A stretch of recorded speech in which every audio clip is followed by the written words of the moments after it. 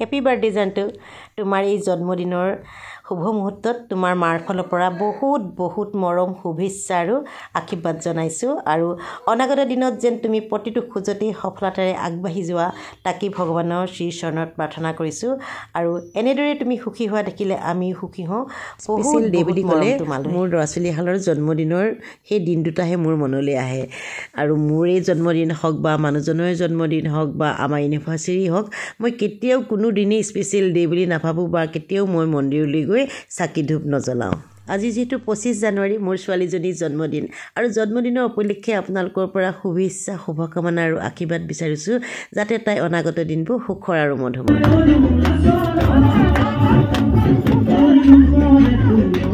এই ভিডিঅ'টো আছিলে তাই বিয়া প্ৰি ৰিচিপশ্যনৰ ভিডিঅ' আৰু ছোৱালীৰ মুখত যেতিয়া হাঁহি ফূৰ্তি দেখোঁ প্ৰতিজন মাক দেউতাকে বহুত ভাল লাগে নহয়নে আৰু এই ভিডিঅ' যোগেদি মই জানটোলৈ হেপী বাৰ্থডে জনাইছোঁ হেপী বাৰ্থডে জানটো সদায় সুখত থাকা হাঁহি থাকা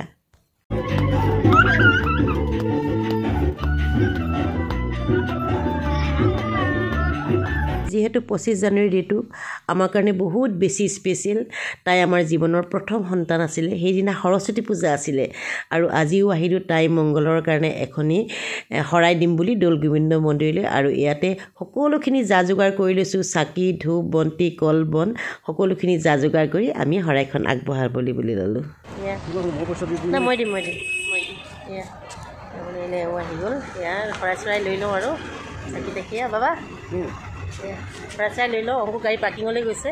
গামোচাৰ পেকেটটো তাতে থৈ আহিছে ন চিটত ঠিক আছে আমি শৰাই চৰাই লৈ এতিয়া যাম আৰু সকলোবিলাক যা যোগাৰ কৰি এয়া চাকি গছ জ্বলাবলৈ সোমাই আহিলোঁ আৰু তাই মংগলৰ অৰ্থে ভগৱানৰ ওচৰত প্ৰাৰ্থনা কৰিলোঁ আৰু এখেতেও এটা সেৱা জনালে এই দিনটো আমাৰ কাৰণে বহুত পবিত্ৰ বহুত স্মৰণীয় কিয়নো মোৰ 19 বছৰ বয়সতে তাই মোৰ কোলালৈ আহিছিলে আৰু ডক্টৰে কৈছিলে যে মাক বা সন্তান কোনোবা এজনকে বচাব পাৰিম কিন্তু ভগৱানৰ আশীৰ্বাদ আমি দুইজনেই বাচি গ'লোঁ আৰু ল'ৰায়ো এটা সেৱা কৰিলে আমি গোটেইকেইটা আহিছোঁ তিনিওটা আহিছোঁ সাধাৰণতে আমি তিনিওটা তেনেকৈ ওলাই যোৱা নহয় তাই জন্মদিন বুলিয়ে দৌল গোবিন্দ মন্দিৰলৈ আমি তিনিটা ওলাই আহিলোঁ আৰু ওলাই আহি এয়া লাইনত থিয় হৈছোঁ দেই ধূপ বন্তি জ্বলাই আহি লাইনত থিয় হৈছোঁ আগৰ নিচিনা নহয় দৌল গোবিন্দ মন্দিৰ আজিকালি অলপ বেলেগ হ'ল আগতে আমি গৈ পেলাই বহি থাকোঁ তাতে দবা বজাই পায়স দিয়া বা প্ৰসাদ দিয়ালৈকে ৰৈ থাকোঁ কিন্তু আজিকালি তেনেকুৱা নহয় আমি ধূপ বন্তি জ্বলাই আহি এয়া লাইনত থিয় দিছোঁ বহুখিনি ছাবস্ক্ৰাইবাৰ পাইছোঁ দেই মোৰ ফলোৱাৰ বহুত পাইছোঁ সকলোৰে লগত কথা পাতিলোঁ আৰু এইফালে প্ৰসাদ দি আছে প্ৰসাদৰ স্থানলৈ বুলি আমি লাইন পাতি আহি আছোঁ খুব ধুনীয়াকৈ প্ৰসাদ দিব পায়স দিব বিশেষ বহিবই নালাগে আজিকালি বহুত বেলেগ হৈ গ'ল আগৰ দৌল গোবিন্দ মন্দিৰ আৰু এতিয়া বহুত চেঞ্জ হৈ গ'ল আৰু আমি লাইনত থিয় দি আছোঁ যিহেতু এখেতে লাইনলৈ নাহে ময়ে লাইনত থিয় দি এয়া ক্ষীৰ দিছে আৰু প্ৰসাদ এই ক্ষীৰকণ বহুত বেছি মোৰ কাৰণে বহুত মানে আপুৰুগীয়া বুলি ভাবোঁ দেই ছোৱালী যদি জন্ম হোৱাৰ পাছত যেতিয়া মোৰ দ্বিতীয়টো সন্তান কোলালৈ আহিবলৈ লৈছিলে মই বহুবাৰ এই মন্দিৰলৈ আহিছোঁ আৰু ভগৱানক বহুবাৰ প্ৰাৰ্থনা কৰিছোঁ ভগৱান মোক এটা ল'ৰা সন্তান দিয়া কিয়নো আমাৰ ঘৰত যিহেতু ল'ৰা নাছিল গতিকে ল'ৰাৰ প্ৰতি বহুত বেছি হাবিয়াস আছিল যি কি নহওক এয়া আনিলোঁ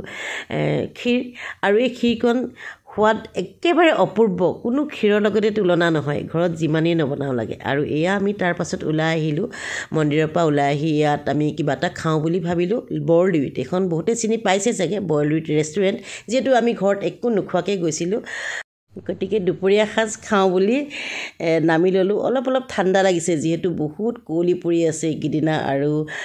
ব্ৰহ্মপুত্ৰৰ পাৰতে যিহেতু ৰেষ্টুৰেণ্টখন চাৰিওফালে বতাহ দি আছিলে গতিকে ব'লক আপোনালোককো লৈ যাম বৰলুইতৰ ভিতৰলৈ কেনেকুৱানো বৰলুইতখনো আপোনালোকে চাই ল'ব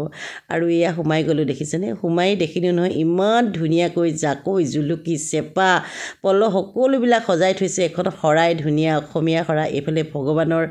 মূৰ্তি ৰাখিছে মানে ইমান ধুনীয়া নহয় ইমান পবিত্ৰ দেখিয়ে ভাল লাগি গৈছে আৰু গোটেইবিলাক বাঁহৰ আছিলে দেই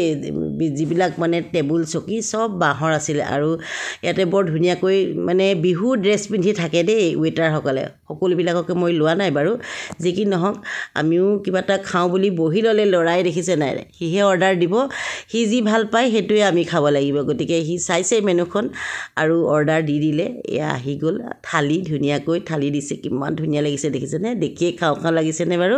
আৰু লগতে দিলে ফ্ৰাইড চিকেন এখেতে অৱশ্যে মাছ খাইছিলে মই অকণমানহে ভিডিঅ' ক্লিপ লৈছিলোঁ কিন্তু মোৰ গাটো অকণমান বেয়া লগা নিচিনা লাগিছিলে সেইদিনাখন আৰু এয়া দেখিছেনে বিভিন্ন ধৰণৰ চাটনি দিছে চাটনিকেইটা কিন্তু বহুত বেছি টেষ্টি আছিলে তিলৰ চাটনি দিছিলে তাৰপিছত পদিনা চাটনি দিছিলে বৰ ধুনীয়া আছিলে চাটনিখিনি কি বা দিছিলে এতিয়া মই পাহৰি গৈছোঁ যে কি নহওক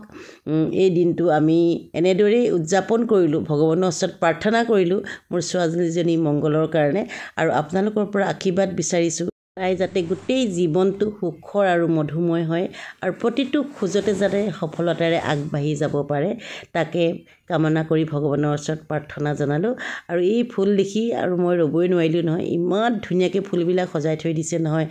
আৰু আপোনালোকে কোনে এই বৰদিউতিলৈ গৈছে জনাবচোন আৰু শেষত আহি ঘৰ পালোহি ঘৰ পাই আহি জিমুৰ যি উৎপাত নহয় যিহেতু বহুত সময়ৰ কাৰণে তাক এৰি থৈ গৈছিলোঁ আমাৰ গাড়ী সোমোৱাৰ লগে লগে সি ইফালে যাব নে সিফালে যাব তেনেকুৱা কৰিছে আজি ভিডিঅ'টো তেতিয়াহ'লে ইমানতে সামৰণি মাৰিছোঁ নতুন এটা ভিডিঅ'ত পুনৰ লগ পাই আছোঁ মানে আমাৰ জিমুৱে কি একদম মানে পগলা হৈ গৈছে গাড়ীখনে মোবাইল মোবাইল গৈছে মোবাইল গৈছে এইটো বোলা বোলা বোলা হা হা হা দাদা গাড়ী পাৰিব হা মোৰ দাদা একো নাই মই একো নাই দেই একদম মানে তাৰ ফূৰ্তিত ক'ব নোৱাৰা হৈ গৈছে দেউতা দাদা নামি অহা নাই ৰ'ব দাদা গাড়ী পাৰ্কিং কৰি নামি আহিব দেই দাদা এই আমাৰ জিমু আমত বুধমান আমি আহি গ'লোঁ দে বাৰু আমি আহি গ'লোঁ আহিব ৰ'বা দাদা কাৰণে তাৰ চলি গৈছিল নে এইটো আহিব নামিব ৰ'বা দাদা নামি আহিব অঁ অকলে আছে চবতে কি হ'ল